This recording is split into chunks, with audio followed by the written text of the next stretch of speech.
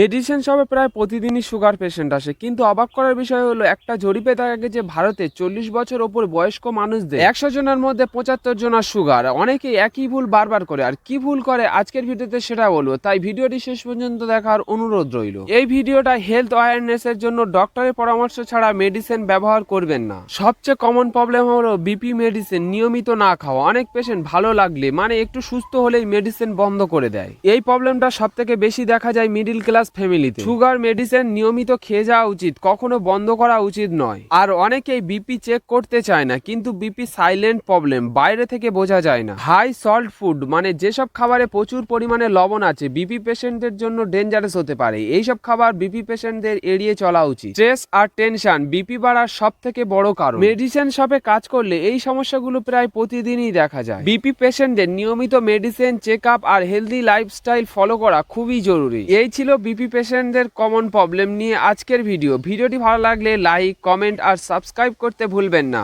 ধন্যবাদ।